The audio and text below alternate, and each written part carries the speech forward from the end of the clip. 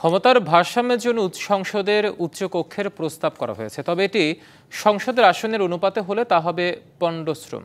এমনটা মনে করেন নির্বাচন ব্যবস্থা সংস্কার কমিশনের প্রধান।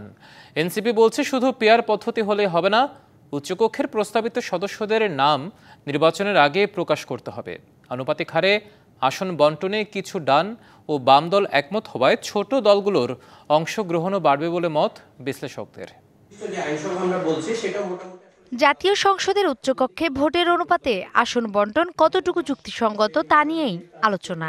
মাতৃভাষা ইনস্টিটিউটে নাগরিক কোয়ালিশন আয়োজিত এ সভায় অংশ নেন বিভিন্ন রাজনৈতিক দলের নেতারা।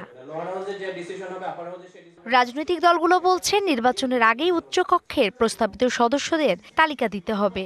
সংখ্যানুপাতে রাজনৈতিক দলের ভোটের অনুপাতে প্রতিনিধিত্ব নিশ্চিত হয়, সেই ক্ষেত্রে এনসিসি না থাকলেও হয়। আর্টিকেল 70 কারণে আমার সবগুলো এমপিকে তার পক্ষে ভোট দিতে হবে, বিপক্ষে ভোট দেওয়ার সুযোগ নেই। সো আলটিমেটলি যদি একজন মানুষ চায় আমার কনস্টিটিউশন পরিবর্তন হওয়া দরকার, আমি সেটা করতে পারবো। এই দুটো না হওয়ার শর্তে ইউনিটারি সিস্টেমের মধ্যে আমরা আপার হাউস উইথ পিয়ার এবং উইথ সার্টেন ক্ষমতার ভারসাম্য, না হলে এটার আসলে কোনো প্রয়োজনীয়তাই থাকে না।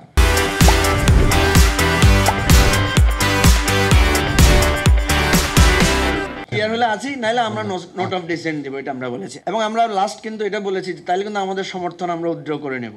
পিয়ার পদ্ধতিতে উচ্চকক্ষের সদস্য নির্বাচিত হলে সংসদের আলোচনা ভারসাম্যপূর্ণ হবে বলে মনে করেন নির্বাচন ব্যবস্থা সংস্কার কমিশনের প্রধান। পিয়ার পদ্ধতি যদি থাকতো তাহলে কেউ কিন্তু এই যে সংখ্যাগরিষ্ঠতা পেত না। দলের কাছে দায়বদ্ধ এরা, যারা নির্বাচিত হবে তারা দলের কাছে, এবং শুধু তাই না, দলের ওই যে আধিপত্য সৃষ্টি হতে পারে। নাগরিক কোয়ালিশন প্রস্তাব করেছে উচ্চকক্ষ কোনো আইন প্রণয়ন করতে পারবে না, তবে সংবিধানের 81 ধারায় অর্থ বিল বাদে অন্য যে কোনো আইনে মতামত দিতে পারবে। নূপুর মাহমুদ, ডিবিসি নিউজ, ঢাকা।